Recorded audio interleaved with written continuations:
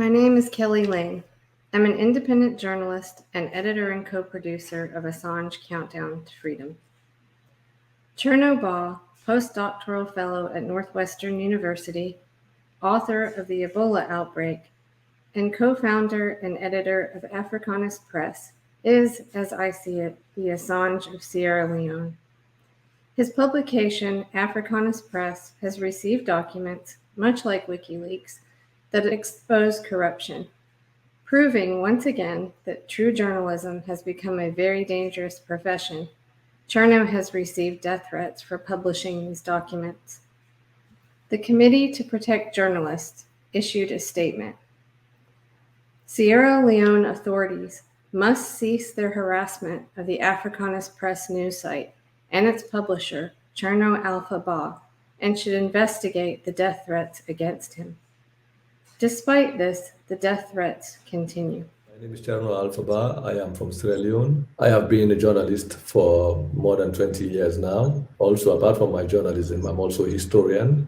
I received my PhD from Northwestern University, and I specialize in the history of medicine and medical experimentation in colonial West Africa. I'm one of the founders of the Africanist Press, which functions as a media agency that investigates corruption. We report on corruption and financial crimes in West Africa. We established the Africanist Press in 2002, and for the last 20 years, we have reported on various aspects of graft and corruption across 3 different regimes in Sierra Leone. And these issues include the mismanagement of public finances by politicians. We've covered health epidemics like the Ebola outbreak, which also includes various issues of corruption and mishandling of emergency funds. So for the last 5 years, we have focused our attention predominantly to Sierra Leone, examining the current government of Sierra Leone led by Mr. Julius Maada Bio, who came to power in 2018 on a promise to fight corruption and enforce fiscal discipline in the administration of the state.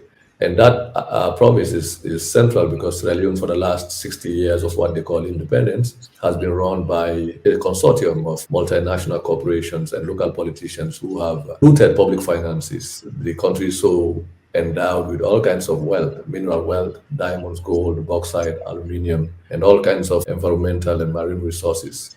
But for the last 60 years, the conditions of life for ordinary people have worsened. And this is not unconnected to the ongoing corruption and mismanagement of public resources. So we investigated and mapped out across the government, beginning with the Office of the President to various ministries and departments and agencies of the administration. And we discovered that, in fact, corruption has become more endemic under Bio than it was. He has accelerated and developed more innovative mechanisms of looting public finances through various hidden processes, including using the payroll to reward his supporters with high-paying jobs. And the state is being run like a cartel by the president and his wife. I'm here with Chernoh Bah, editor and co-founder of Africanist Press. Chernoh has a PhD from Northwestern University and is currently a postdoc fellow there. And your project is with the Chernoh Center? Yes, I currently hold a postdoctoral fellowship with the Chernoh Center for Historical Studies at Northwestern University. And it's a postdoc that allows me to do public service, basically to carry out a transnational project that is bringing together academics who specialize on various subjects, including economics and statistics, and historians, epidemiologists, and also bring together journalists. It's a project that seeks to bring together journalists from Africa and other parts of the world and academics in Africa and outside of Africa to develop a database that will map out what we call illicit financial flows and, for lack of a better word, money laundering operations and the massive loot of finance and resources from West Africa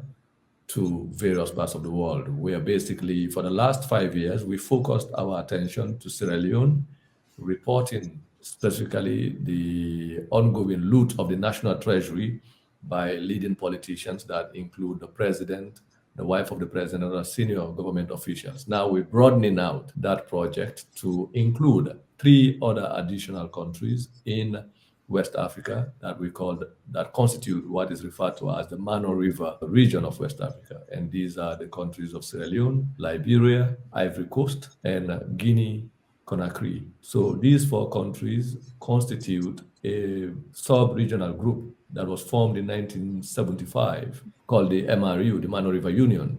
So we're looking at the Mano River corridor of West Africa to examine basically from 1975 up to the present the various actors, institutions, and individuals who have been active in the region and participating in what we call organized crime, financial crime, and corruption, the loot of public finances, the loot of resources. And then our goal is not just to map out this massive loot of public funds, but also to create a database that examines in each country what the loss of these revenues have, the impact of that on social service delivery, on healthcare, agriculture, and basically what will these monies might have provided. Right. Economic and social development projects that may have been realized as a consequence of this. Because why is this important is the fact that this particular region is endowed with all kinds of resources, from diamonds, gold, bauxite, aluminium, platinum, all kinds of mineral wealth, and all kinds of environmental resources. Liberia, for example, has been the home of the Firestone Rubber Company. And you cannot talk about the tire industry without Liberia. Similarly, many people are familiar with the Blood Diamond story. Right. And that is Sierra Leone has one of the largest deposits of diamonds. It depicts the impact, the massive use of natural resources, how the presence of these resources and the competition for control of strategic resources in that area has resulted into civil wars, into military coups, instability, political crisis, and all of that. So this project seeks to draw out a model for investigating illicit financial flows and at the same time providing a template in how we monitor these flows. I would think that the Millennial Challenge Corporation, if they're there to do what they say they're there to do, would be very interested in using this. Your project could end up being a model for other places. So we have a lot of clips and a lot to talk about. Just earlier this week, maybe you can explain this a little bit. This is a scorecard by the Millennium Challenge Corporation. The Millennium Challenge Corporation is a U.S. agency that is supposedly providing what they call grant money to African governments to support development projects. And part of the criteria for that is the fact that there has to be a good democratic environment. They have to pass a number of scores, and pretty much many of the scores deals with transparency, accountability, democracy, and principles that enhance social and economic development, and as well the quality of governance, the quality of the kind of democratic environment is crucial. And their statement said that Sierra Leone did well in, the quote was, control of corruption and democratic rights, and I believe it was in half of the points? Yes, for the last couple of years, the United States Millennium Challenge Corporation has been giving the current government of Sierra Leone high scores, both on rating it highly on its democratic credentials, and they have also been saying that the country is passing the control of corruption. And this is in spite of the fact that we have published documentary evidence showing massive evidence of graft and corruption across the government, including the illegal use of public funds by the president, the wife of the president, and other family members of the president. So these are supported by all kinds of financial documents that we have published and that are available in the public space. In fact, the government claims that since the United States is not bothered about the corruption that is ongoing, and the MCC, the Millennium Challenge Corporation, has been rating the government as a transparent government, so they do not care whether the people of Sierra Leone or any other journalist in Sierra Leone is publishing documentary evidence showing that the government is corrupt, that public funds are being looted, that there's a massive mismanagement of public finances by the president and leading officials of the government. So they also put out a clip I'd like to play, sort of clarifying, I think, exactly what this scorecard meant. So the scorecard is only a first step. The scorecard means that the board can now consider whether Sierra Leone should continue its eligibility for a compact, and then it would need to decide to move forward with the compact. So I consider it to be an important first step, but it's certainly not the end of the journey. When we look at whether or not a country should receive an MCC compact, we look not only at the scorecard results, which tell us only that you're doing better than half of the other developing countries in the world, we also look at the broader trajectory of a country's economic, social, and democratic development. The multi-tier elections of 2023 raised some serious questions, both domestically and internationally, about the path of Sierra Leone's democracy. I think the Agreement for National Unity has moved us a certain amount of the way back towards where we need to be in terms of democratic development. And I hope that as that agreement is implemented, as the committee begins its work, as we see some of the other provisions implemented, that we'll see Sierra Leone continue along that democratic trajectory, and then we'll be able to make an assessment that, yes, now is the time to move forward with a compact. So the scorecard is a first step, certainly an important first step, but it's a much longer journey. It's an important clarification, and to me, I think, well, they should be interested in your work because there's a lot that they need to look into. I would think if they're giving all this money to Sierra Leone that they would like to know what's going on. And I think we'll show throughout this interview that Africanist Press has done an excellent job as the fourth estate. I've got another great clip that I would love to show. It's Nils Melzer, who is the former UN rapporteur on torture. And he is talking about the fourth estate, which I think is what Africanist Press has done in Sierra Leone. The role of the media and of the press is not to entertain us, it is to empower us, right? Today they only entertain us, to distract us, but they're not supposed to do that. They're supposed to focus our attention to empower us to observe and supervise how government is being conducted. And if something doesn't work or there's misconduct, they're supposed to inform the public. So the public can now, through democratic means, take the consequences and basically elect other representatives or whatever, or the judiciary can, based on this information, initiate investigations and so on. So the media has a crucial role in society.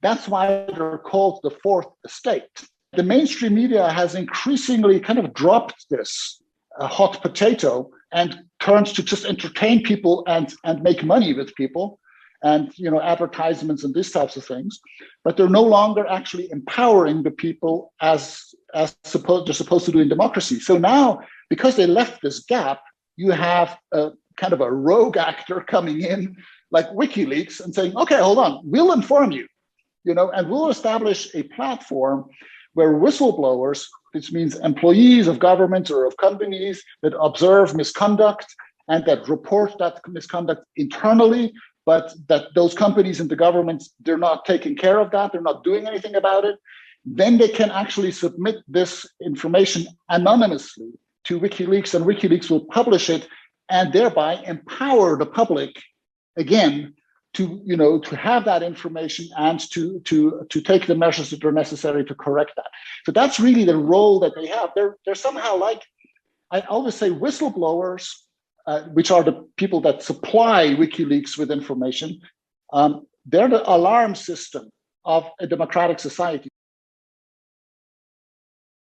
You want to talk a little bit about the sacking of, over 170 civil servants in the finance ministry?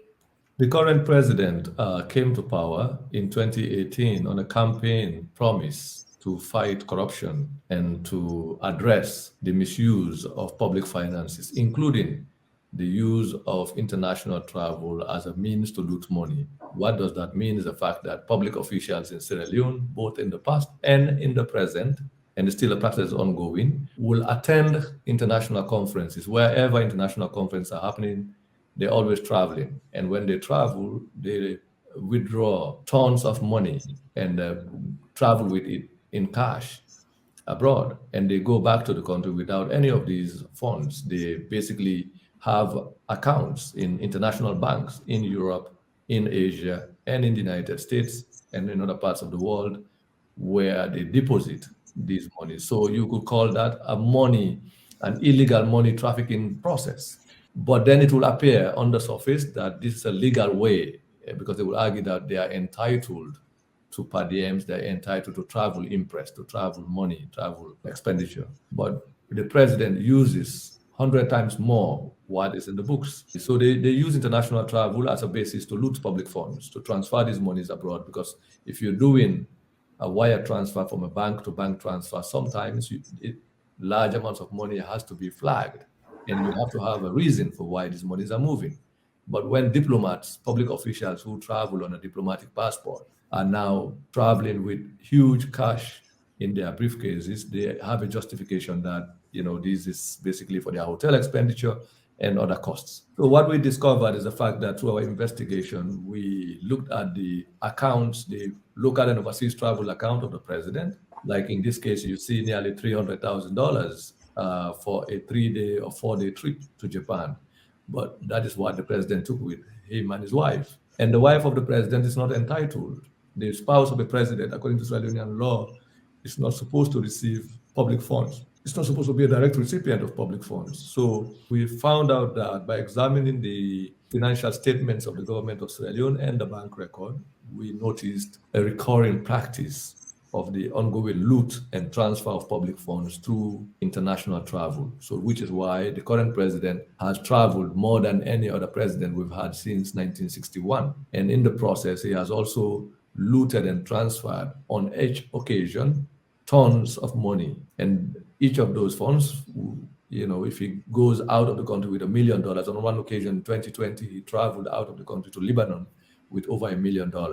None of that came back. So the question is, what happened? How did he spend the money? What I'm pointing at is, this is the kind of information that we have been producing: bank statements, financial letters, correspondences, and checks, details of the government's transaction, the president's office, the wife of the president, the chief minister, and other leading officials, how they are just withdrawing cash and taking it out of the country or taking it to different locations in the region in Africa. And because the government could not find out how we got access to, they cannot deny the evidence of these records, they thought that the audit service, which is the agency, the national agency that's responsible for the inspection of public expenditure, will have been the only people who will have access to these records. Right. So they got rid of over 170. Yeah, they got rid of the Auditor General and all of the other members of the Internal Audit Service in the Ministry of Finance in total. But this is without any evidence that any of these people leaked anything to you or were responsible in any way, correct? Oh yes, and they did not make a pretense that they were dismissing these people simply because they said it explicitly that they believe these individuals were responsible for leaking this. But it turned out these were just casualties, innocent individuals who became casualties of the government effort. Right. Well, it sends this message that it's to silence people, even though they're not obviously 170 people, and you don't give up your sources.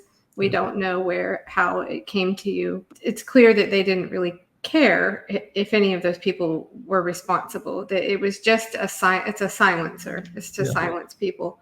So you said he then appointed his own people, and do I have this right? Are they now paid more than the old auditors? Yeah. What the government has been doing is to staff public institutions that are responsible for enforcing transparency mechanisms, appointing party officials, members of the ruling party, his own party supporters, leading party members to head these institutions. And then what that does is that it helps to mask and hide the government's ongoing loot of public finances. So basically, the government has dismantled the entire anti-corruption mechanism within government, the entire transparency system within government.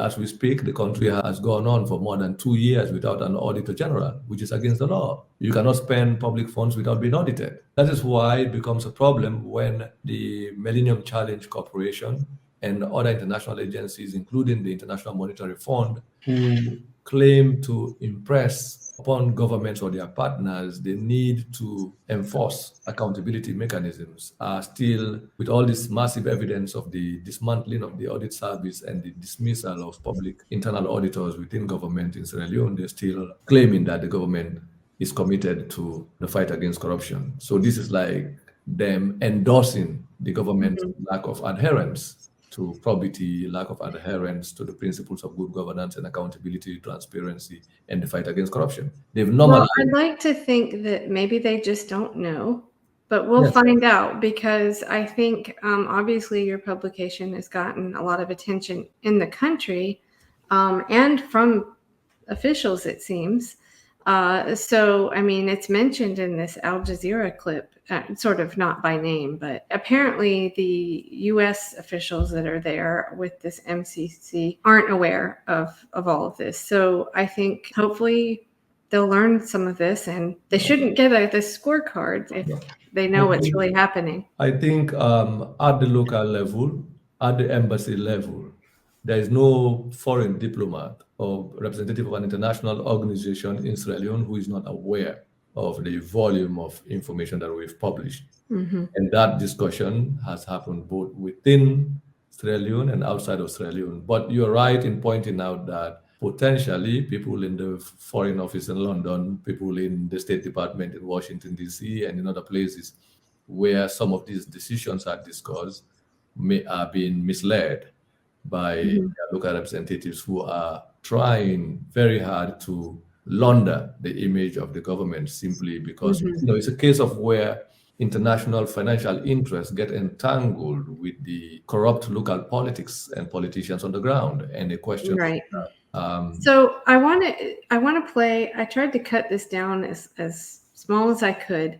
I do want to say that the First Lady made a video addressing Chernoh by name multiple times, and it went on for 27 minutes. So I have cut it down to 2 minutes and 49 seconds. But I want to play it because it's very important, I think, in what occurred after that. I just want to clarify one thing first, though. So in this clip, she does say, you show me where I put money in my private account. But do you want to explain that? Because a First Lady, she's not supposed to have her own separate bank account, and that's what you uncovered. Is that correct? So she's kind of splitting hairs there, saying it's not her private account. But the wife or the spouse of a president under Sierra Leonean law is not entitled to directly receive public funds. Basically, the office of the First Lady is not an institution of government. It is just what you might call a non-governmental entity. Under Sierra Leonean law, it should not be funded. So before the publication of the Africanist Press, people have been questioning the First Lady regarding the sources of her finance for the other kind of activities that she claims she was carrying out. And she has said in Sierra Leone and outside of Sierra Leone, including interviews that she has granted in the Gambia and in other locations across the world, that monies that she was spending were not coming from the government of Sierra Leone, that the government of Sierra Leone had never, the government has not provided her with a single cent. That money that she was using was money that she and her husband had worked and saved in the UK while they were there before the husband became president. So we knew that was a complete false. It was not true. It was a lie. So what the Africanist Press tried to show is not just to say that the First Lady was misleading the public, was lying to the public, but we actually published bank evidence showing that the First Lady is not just a constant personal recipient of public funds, that the First Lady had a bank account in the Central Bank of Sierra Leone. Basically, we uncovered evidence showing that the government of Sierra Leone on the 26th of June, 2018, had for the first time instructed the Bank of Sierra Leone, which is a central bank, like the National Treasury, equivalent of the National Treasury of the United States, set up a bank account for the office of the First Lady, where we discovered money, public funds, budgetary allocations were directly being sent. And this is not just showing that the First Lady was misleading the public, but it was an illegal arrangement. Well, I also, the way she kind of says, Yeah. he's doing the president believes in equality. That that's the reason. It was just so. Yeah, I want to play this. Illegality, because the law does not allow that, and the Minister of Finance had no right, had no authorization to allocate funds that was never approved by Parliament. So parliamentarians, when this publication came out, said they were shocked because, according to them, there was no budgetary line in the budgetary estimates that showed that the Minister of Finance was allocating money.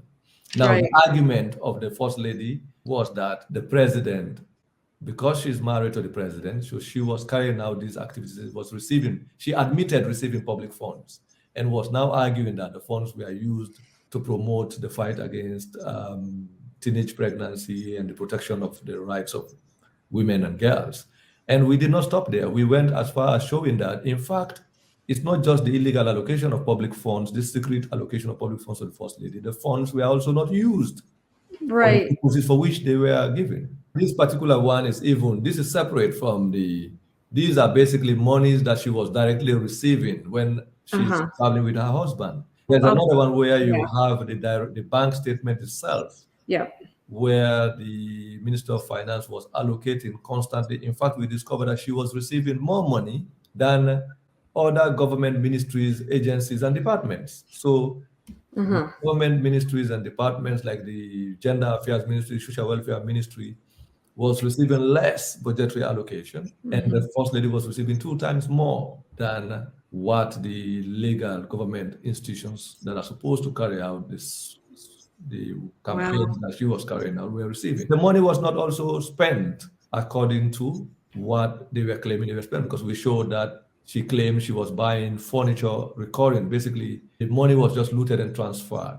That's on one occasion. We also published evidence showing that apart from these established bank accounts in the central bank, the First Lady and the President has a foundation that they call the Mada and the Fatima and Madabio, a charity organization that they had incorporated in the United Kingdom, which they had established in Sierra Leone following becoming president. And they had a bank account in a private bank.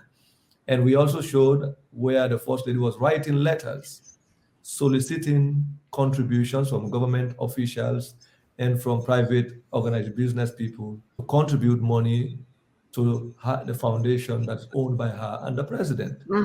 We published Sounds familiar. We published those letters, and we also did not just publish them. We showed that recipients of those letters, businessmen and government ministries, government officials who received those letters, actually made direct contributions to the private bank account, the charity, the private bank. And then she was promising them that in return for their contributions, they were going to attend an annual dinner that she's hosting each year, where these businessmen, based on their contributions, will have either a front row seat or a middle or in the back, depending on how high your contribution is. They will have an opportunity of dining with the president and also meeting with the president to discuss business opportunities. So basically, it's a case of where the wife of the president was peddling the position and influence of her husband in exchange for financial returns. And we did not just, we showed where that is a separate account. So the information we have published is basically supported in each case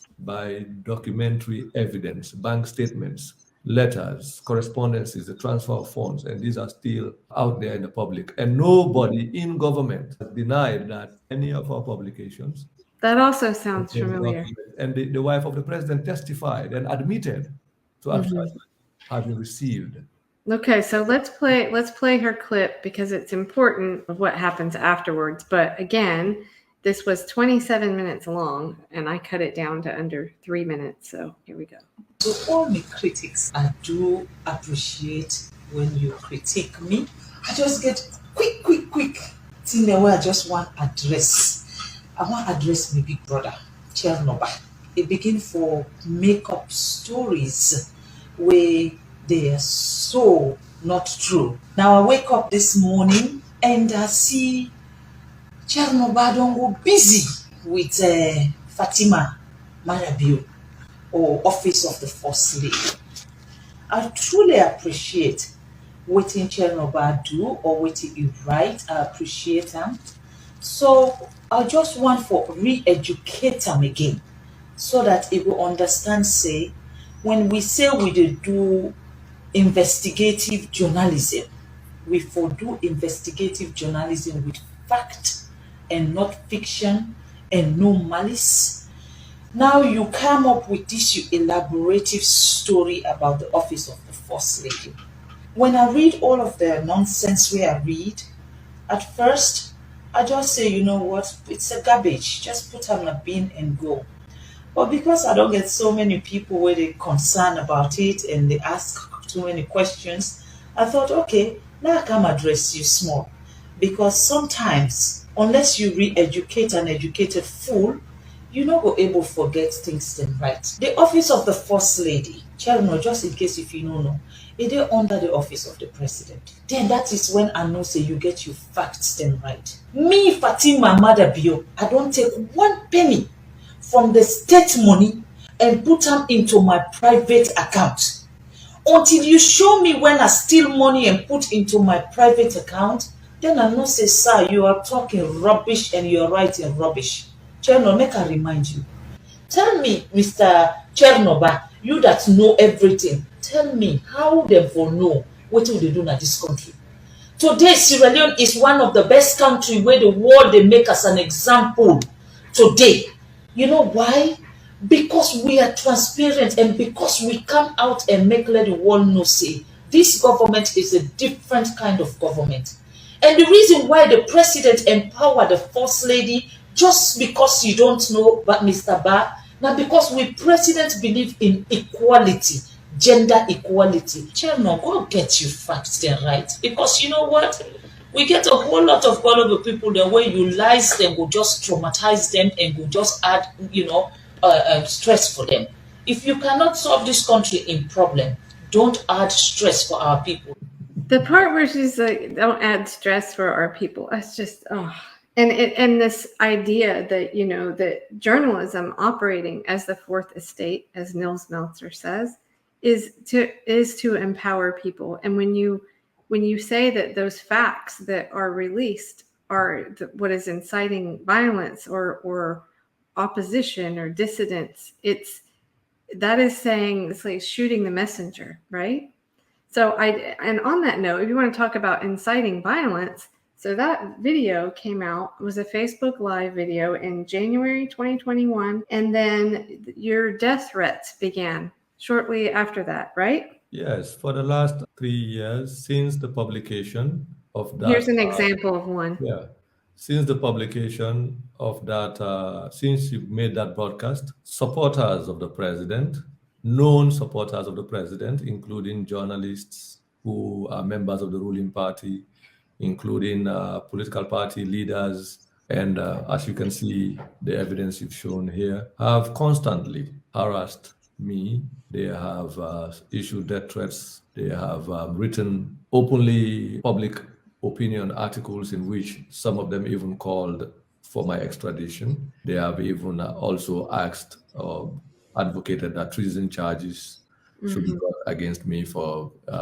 publishing all of this information. So there has been an escalated campaign of calumny, campaign of death threats, harassment, all kinds of harassment against me and members of the Africanist Press. And this is what was translated into the attack on the civil service, where members of the civil service, finance officers whose responsibility is to ensure that government acts according to the law, use public finances according to the stipulated rules and regulations, have been hounded out of government simply because the government thinks that they have a right to misuse public funds. They are entitled to loot the national treasury and deprive Sierra Leoneans of the resources that are meant to provide the much needed social services, the much needed healthcare, the much needed funding, real funding to fund education, and all the other problems that people are faced with. We are talking about a country where 90% or more of the country is still unpaved. We're talking about a country where the majority of the young population is still unemployed.